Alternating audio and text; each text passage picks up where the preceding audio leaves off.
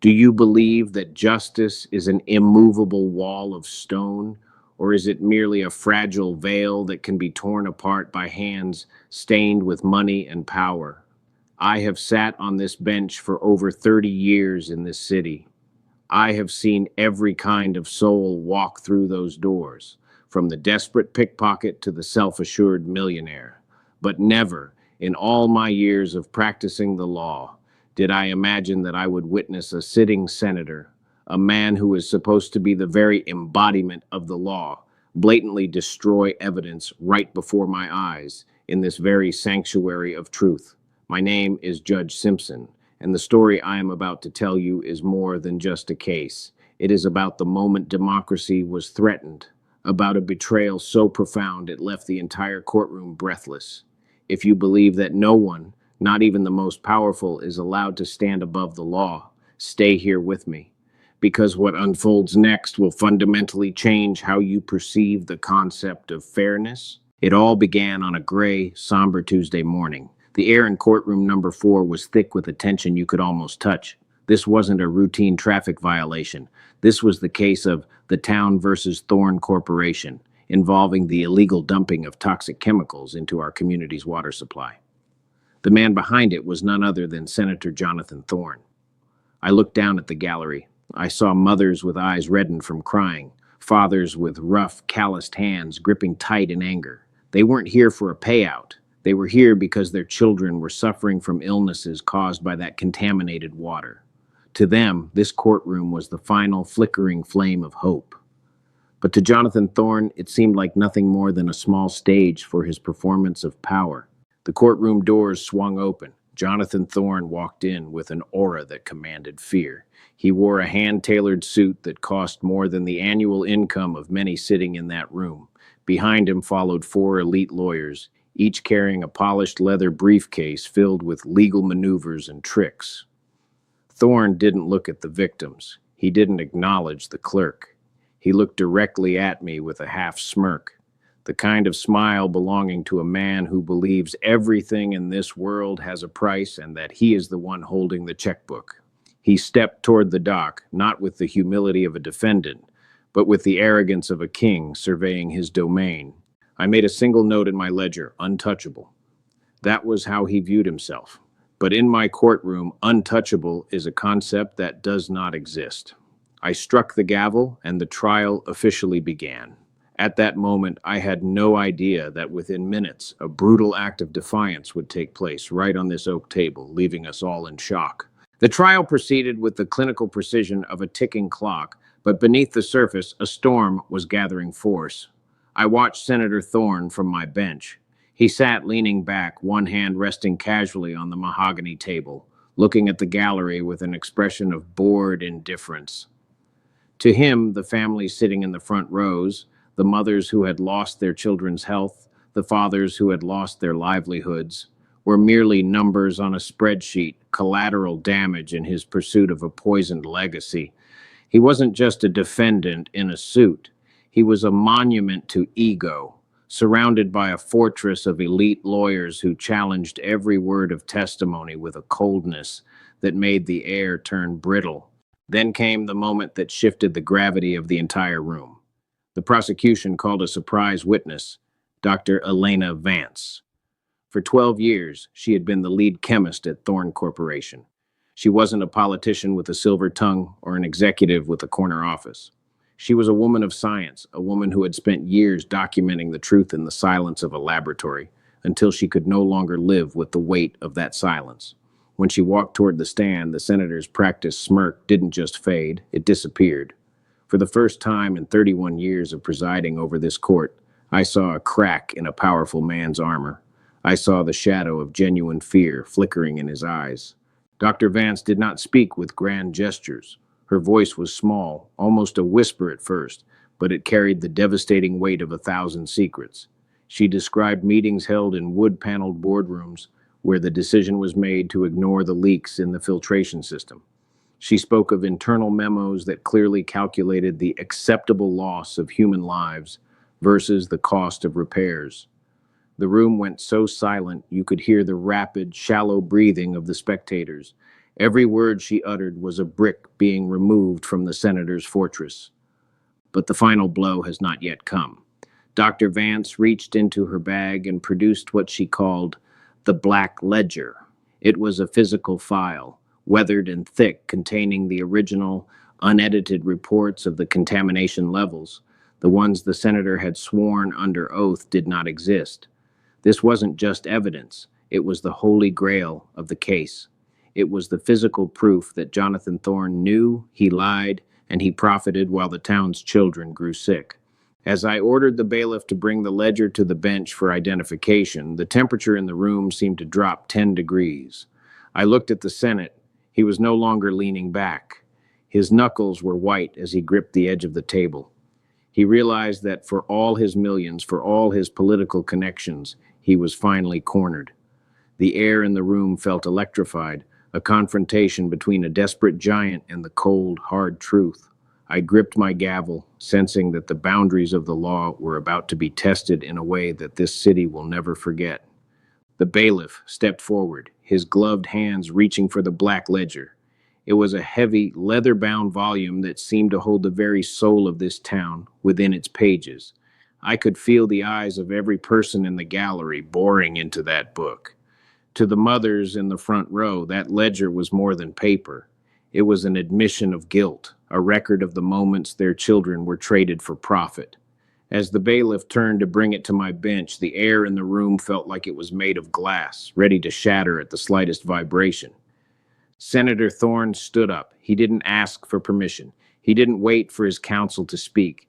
There was a sudden, violent energy in his movement that made the court reporters gasp. His elite legal team tried to reach for his arm, to pull him back into the safety of their procedural shields, but he brushed them off like they were nothing. In that moment, he wasn't a statesman. He was a cornered predator, realizing that the cage doors were finally locking. He moved toward the bailiff with a speed that defied his age, his face twisted into a mask of cold, calculated desperation. "That document is a private corporate asset," his lead attorney shouted, but his voice was drowned out by the chaos.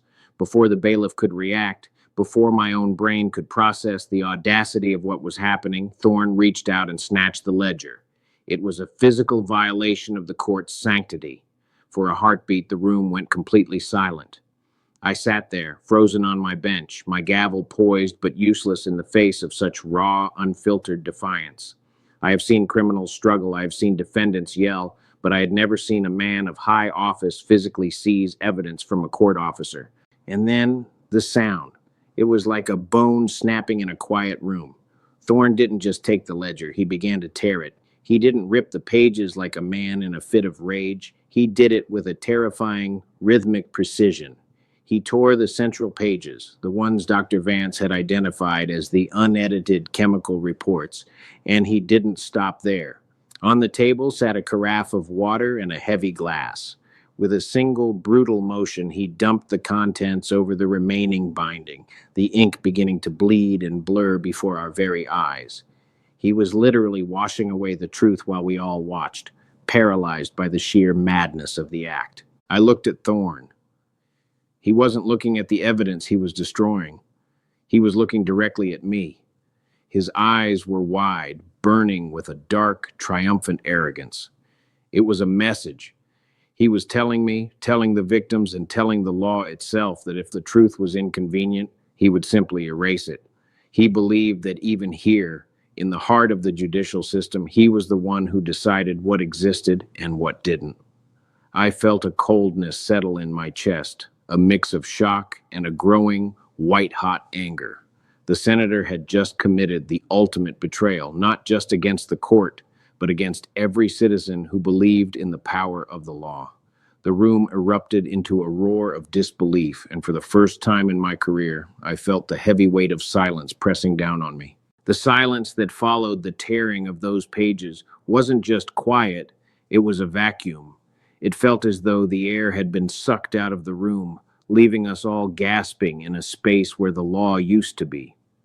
I watched the ink from the destroyed ledger begin to run, blue and black streaks bleeding across the mahogany table like the lifeblood of our community draining away. Those weren't just reports. They were the years of work by Dr. Vance, the evidence of every lie told to the public. And most importantly, they were the only bridge between these families and the justice they had waited for decades. I looked down at the front row and my heart broke. I saw Mrs. Gable, a woman who had lost her youngest daughter to the very toxins Thorne had authorized. She wasn't screaming. She wasn't crying. She was simply staring at the mangled, wet paper on the floor with an expression of such hollowed-out despair that it made my own hands tremble. To her, those papers were the answers to the why that haunts her every night. And there stood the senator, his hands still wet from the carafe of water, looking down at his destruction, not with regret, but with the chilling satisfaction of a man who believed he had just deleted the truth. His lead attorney, realizing the magnitude of the disaster, finally found his voice. "Your Honor," he stammered, his face pale, "my client is under immense professional stress. This was an instinctive reaction to protect proprietary trade secrets. We would ask for an immediate recess to assess the senator's well-being." The sheer clarity of the request made the gallery erupt.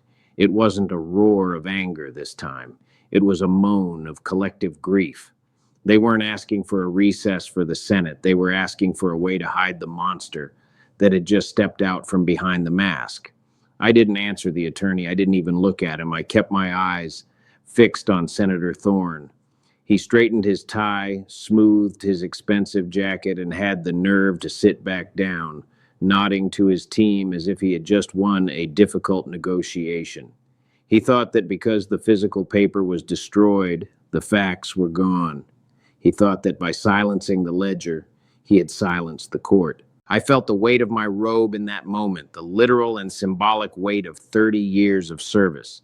Every funeral I had participated for honest officers, every late night spent studying the nuances of the law to ensure fairness, every oath I had ever taken felt like it was being mocked by the man sitting 10 feet away from me. I realized then that Thorne wasn't just fighting a lawsuit. He was declaring war on the very idea that a person like Mrs. Gable matters as much as a man with a title. I slowly picked up my pen. My hand was steady now. The shock had passed, replaced by a clarity so sharp it felt like ice. I wasn't just a judge anymore. I was the last line of defense for a truth that was currently being mopped up by court attendants. The senator wanted to see if I would blink. He wanted to see if his power could indeed make the law disappear.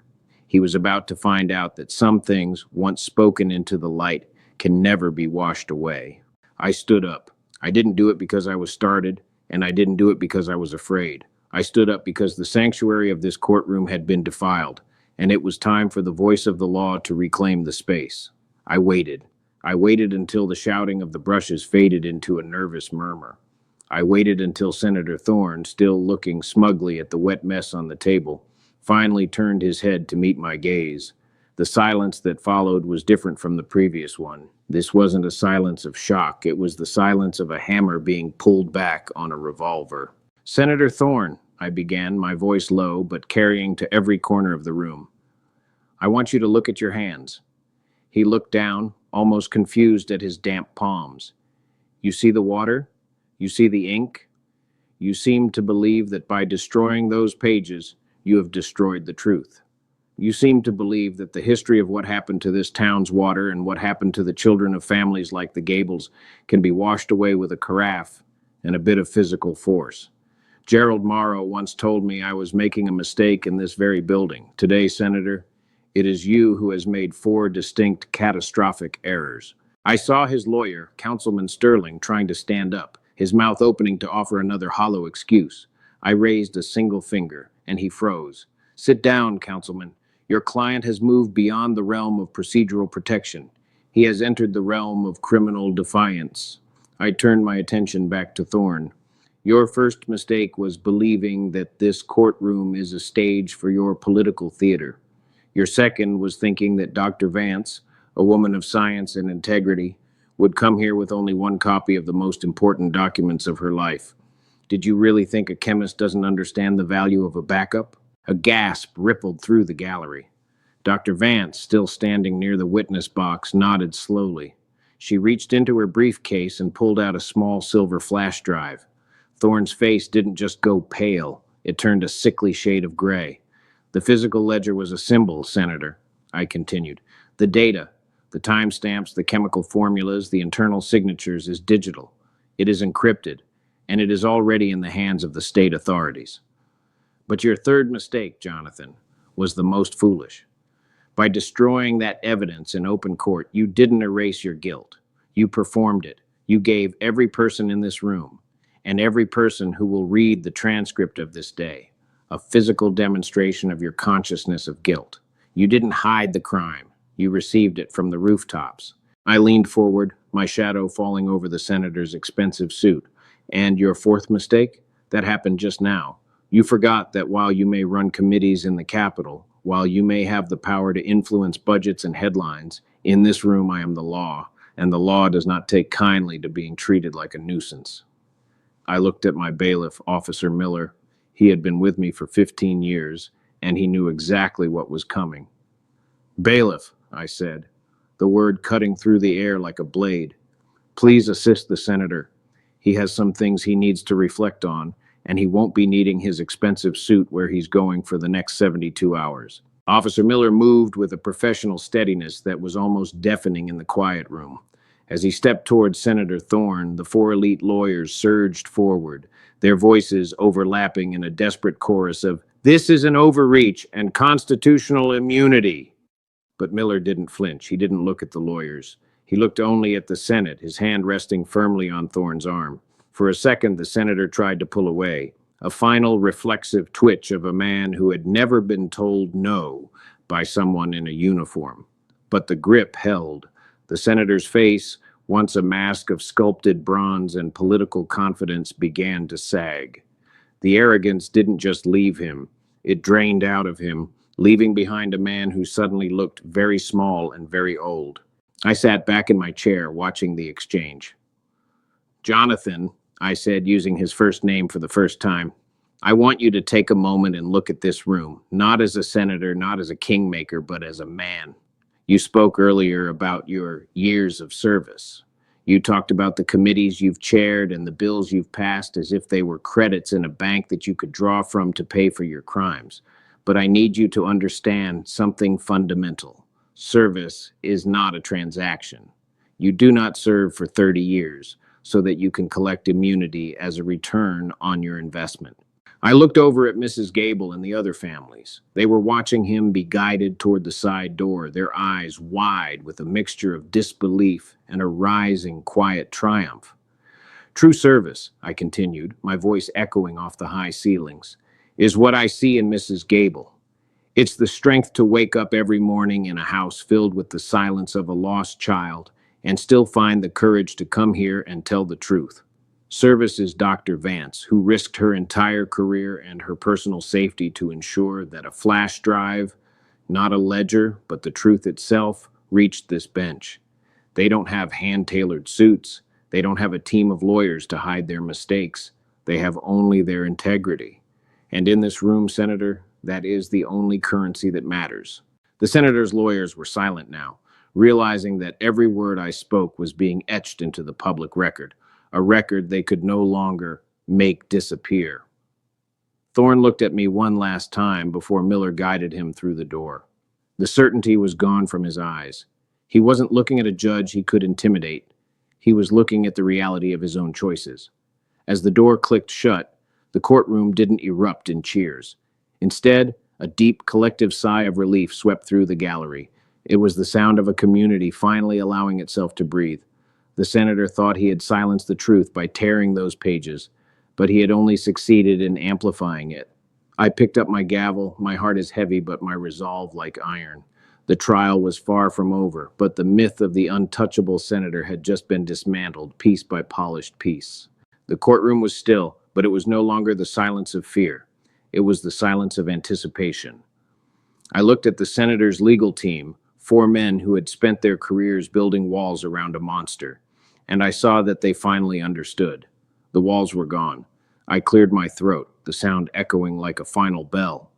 Now, to the matter of the damage done, not just to this court, but to the lives of every citizen in this district. Jonathan Thorne believed he could wash the ink away with a carafe of water. but ink is cheap. The truth, as he is about to find out, is incredibly expensive. I turned my gaze to Mrs. Gables. This court is ordering an immediate civil penalty of $52 million against the Thorne Corporation. This is not a fine to be paid into a government fund where it will be lost in bureaucracy. It is structured as a direct restitution fund. Every single cent will be managed by an independent auditor to pay for the lifelong medical treatments of the children affected by the Thorne spills. To Mrs. Gable, this means the specialized care your daughter was denied for 5 years will be paid for in full starting tomorrow. The senator's luxury retreats and private jets will now be sold to pay for the oxygen tanks and the physical therapy he tried to pretend weren't necessary. But I wasn't finished. Money is the only language men like Thorne truly speak, but it isn't the only way they must be punished. Senator, you said you served this city. Well, now you are going to learn what service actually looks like. Within 14 days, you will deliver 3 handwritten letters of apology. One to Dr. Elena Vance for the professional character assassination you attempted. One to Mrs. Gable, reinforced by name the child you harmed. And one to the city of Providence, admitting that you chose profit over people. These letters will not be drafted by your PR firm. They will be in your own handwriting. If they are vague, defensive, I will reject them, and I will add 10 hours of community service for every revision. And speaking of service, I continued, my voice hardening, for the next 2 years, every Saturday morning, you will not be at the country club. You will report to the pediatric ward of the Hope Clinic, the very ward where many of your victims are treated. You will not go as a visitor. You will not go as a VIP. You will go as a volunteer. You will clean the floors. You will assist the staff. And you will look into the eyes of the parents whose lives you made infinitely harder. You will see the physical reality of the acceptable losses you calculated in your boardrooms. You wanted power, Jonathan? This is the power of accountability. You will get to know the names of the people you tried to make disappear, and you will do it one Saturday at a time until the weight of what you did finally sits as heavy on your soul as it has on theirs. The courtroom was empty long after the doors closed on Jonathan Thorne, but the air still felt charged with the weight of what had transpired. I sat in my chambers that evening, looking out over the city lights, thinking about the mothers who had finally found their voice. People often ask me if a moment like that, seeing a man of such high standing physically attack the truth, leaves a mark. The answer is yes, but it isn't a mark of fear. It is a mark of certainty. It reminds me that the law is not a suggestion. It is the only thing standing between the civilized world and the whims of the powerful. 14 days later, 3 letters arrived at my desk. I opened the one addressed to Mrs. Gables first. It was written on plain, unlined paper in a handwriting that was cramped and forced. Thorne didn't use his official Senate stationery. He didn't use a stamp of authority. He wrote that for 31 years he had believed he lived in a zone of exception, a place where the rules bent because of his importance. He wrote that sitting in that courtroom, hearing the ink run across the table, he felt that certainty go out like a light. He admitted that for the first time in his life, he realized he wasn't a king. He was just a person who had made a series of terrible, selfish choices. The Thorne Restitution Fund is now active.